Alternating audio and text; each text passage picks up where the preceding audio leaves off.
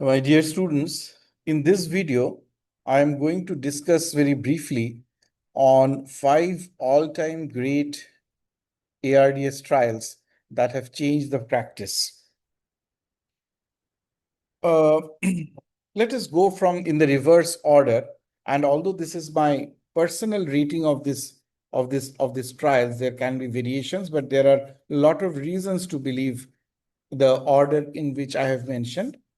So if I am to put in the fifth category, the trial would be the Eolia trial. Eolia trial was published in New England Journal of Medicine in 2018.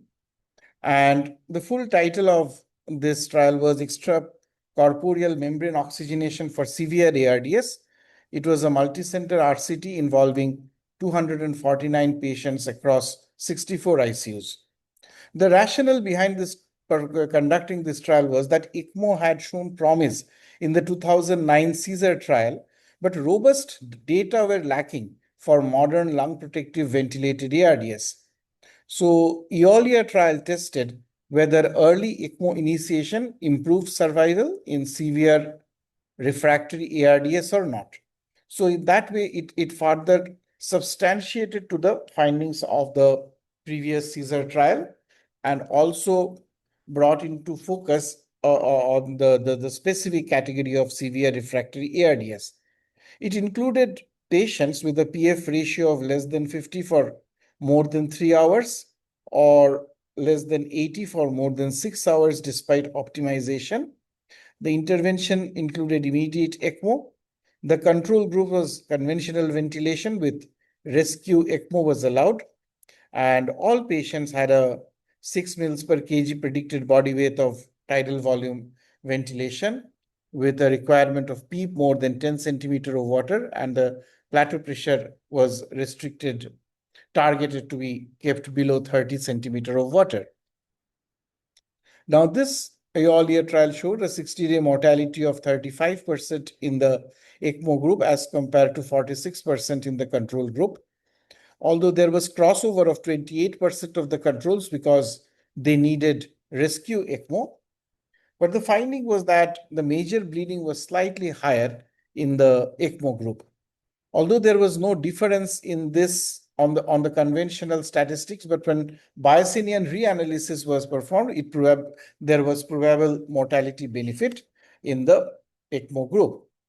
So the physiological insight which this trial gave, that it demonstrated the importance of ultraprotective ventilation and extracorporeal CO2 removal in refractory ARDS cases, which emphasized the need for more ECMO-capable centers all across the world. So this trial carries the legacy for a validated ECMO as a rescue therapy for refractory hypoxemia. It informed ELSO and COVID-19 ARDS ECMO protocols and also highlighted the importance of team experience and center expertise in outcomes. So they highlighted that the specialized centers of ECMO should cater to a large number of hospitals. So this trial, I will rank it as fifth best trial, all-time trial, which changed practice in ARDS. And because this trial proved that even the sickest lung deserve a lifeline. Now, from 5, I move on to fourth. In fourth, the trial is the high versus lower PEEP in patients with acute respiratory distress syndrome. This was also published in the New England Journal of Medicine in 2004. The full title of this trial was High versus Low Positive End Expiratory Pressure in patients with acute lung injury and ARDS. It was a multi-centered RCT involving 983 patients. And the rationale was following ARDSNet, the next question was how to optimize PEEP to prevent alveolar collapse while minimizing overdistension.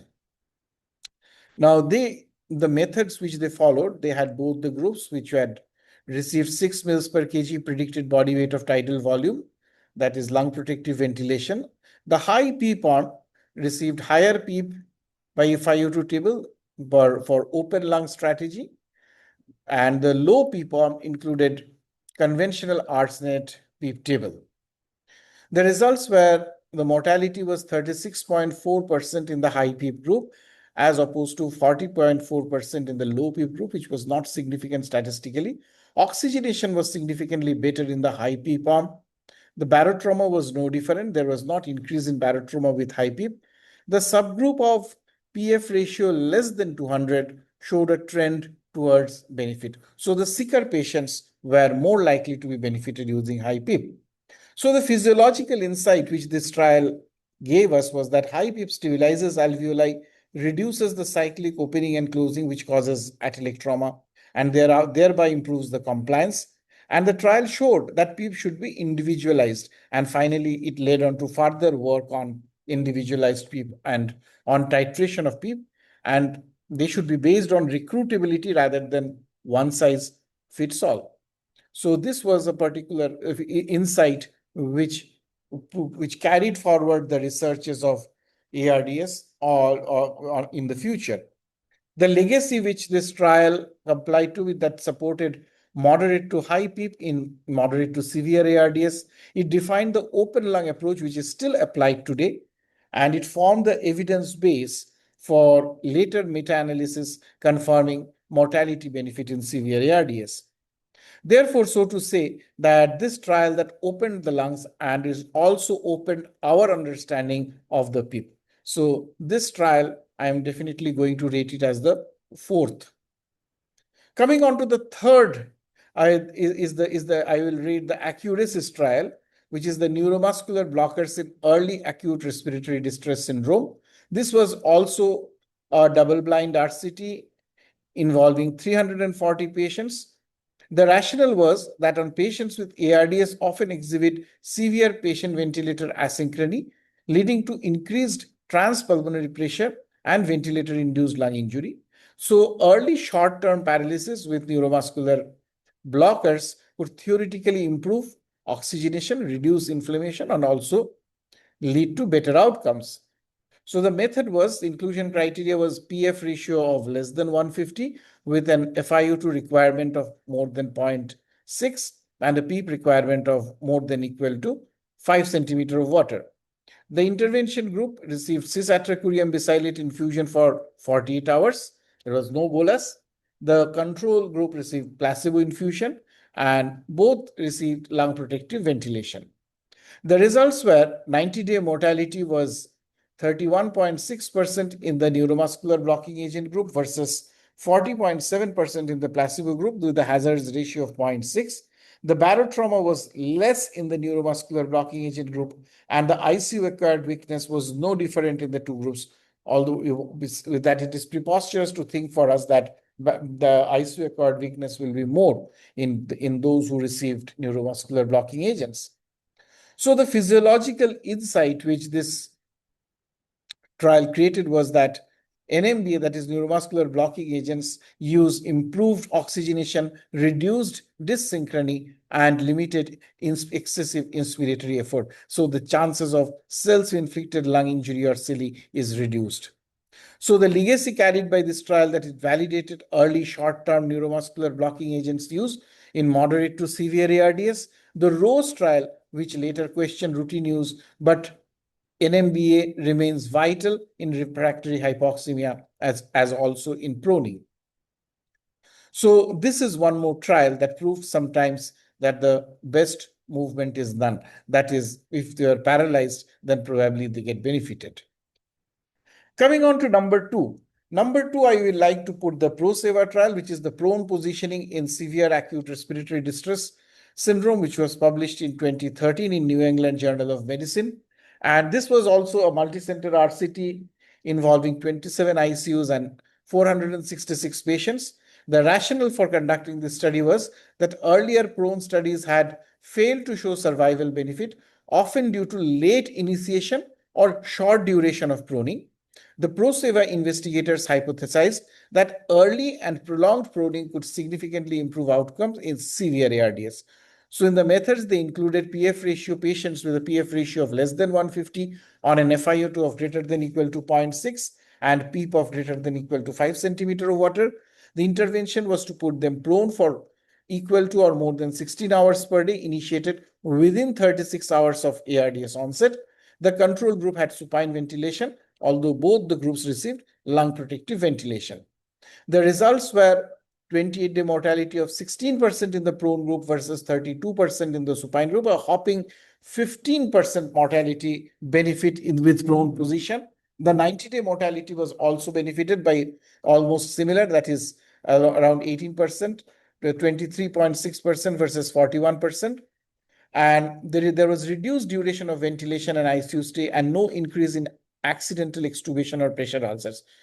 So the physiological insight which this trial showed was that proning improves ventilation perfusion matching, alveolar recruitment, homogenizes pleural pressure gradients, and all of this leads to better oxygenation and reduced ventilator-induced lung injury. The legacy which this trial leaves behind is that it's established early prolonged prone positioning as standard of care in severe ARDS, and which became a global protocol during the COVID-19 pandemic. So this was one of the trials that turned patients, and they turned around the patients, and they turned the field also around. So this is the number 2. And finally, if I'm to give the number 1 ranking to the trial that changed the practice in ARDS, is this trial which was published in 2000, the ARMA trial, the ventilation with lower tidal volume as compared with traditional tidal volumes for acute lung injury and acute respiratory distress syndrome. So this ARDSnet investigators conducted this trial, which was a multicenter randomized control trial involving 10 US centers and 861 patients. So the rationale was that before 2000, patients with ARDS were ventilated with large tidal volumes of 10 to 15 mL per kg to prevent atelectasis. However, preclinical studies showed that such volumes caused overdistension, so that is volutrema, increased cytokine release or biotrauma, and worsened the outcomes. So they use an intervention group with 6 mL per kg of predicted body weight. The control group received tidal volume with 12 mL per kg of predicted body weight. The plateau pressure target was less than 30 centimeter of water. The same PEEP and FiO2 tables were applied for both the arms. The results were 31% benefit mortality, 31% mortality with low tidal volume as against 39.8% in the traditional tidal volume, which had significant mortality benefit. The ventilator-free days was 12 versus 10 for low volume versus traditional tidal volume, and there was improved oxygenation with lower cytokine levels. So the physiological insight that this trial showed was that mechanical ventilation itself can perpetuate lung injury or villi, and that protecting the lung even at the cost of higher CO2, which is called permissive hypercapnia, can improve survival. The legacy which this trial leaves behind is that it is the cornerstone of ARDS management and the foundation of all future trials. It introduced lung protective ventilation at 6 mL per kg of predicted body weight, with targeting a plateau pressure of less than 30 centimeter of water. And later this was incorporated into the surviving sepsis in the ATS/ESICM as well as the SCC guidelines. So this trial taught us that less volume means more survival. So if we give a summary of all these 3 trials, it will be just easy for us to remember that the ARDSnet was the oldest of this. In the year 2000, the intervention was low tidal volume. The key outcome measure was reduced mortality, 31% versus 39.8, and it was the foundation of lung protective ventilation. The ProSeva trial in 2013 was early prone positioning in ARDS, which reduced the 90-day mortality 23.6% versus 41% in the standard of care, and it became the standard therapy for severe ARDS. The Accuracies trial in 2010, the early cis-atracurium as a neuromuscular blocking agent, also was shown to reduce 90-day mortality, that is 31.6% versus 40.7%, and it is indicated in early severe ARDS. The LOST trial in 2008 on high versus low PEEP shows a clinical outcome of improved oxygenation with high PEEP, and it defined individualized PEEP strategy. It started the use of individualized PEEP strategy. And of course, last but not the least, the EOLIA trial in 2018, the intervention here was the early ECMO, and the key outcome showed a trend towards reduced mortality, 35% versus 46%, and it gives space to ECMO as a rescue therapy in expert centers. So to conclude, the ARDS-NET trial tells us, to the ARMA trial tells us to ventilate gently, ProSeva, position early or prone early, accuracies, paralyze briefly with neuromuscular blocking agents for less than 48 hours, LOVs, that is the PEEP, smartly, that is PEEP should be titrated individually, and there is no one-size-fits-all strategy, and the EOLIA trial, which supports extracorporeally in severe ARDS. Thank you very much.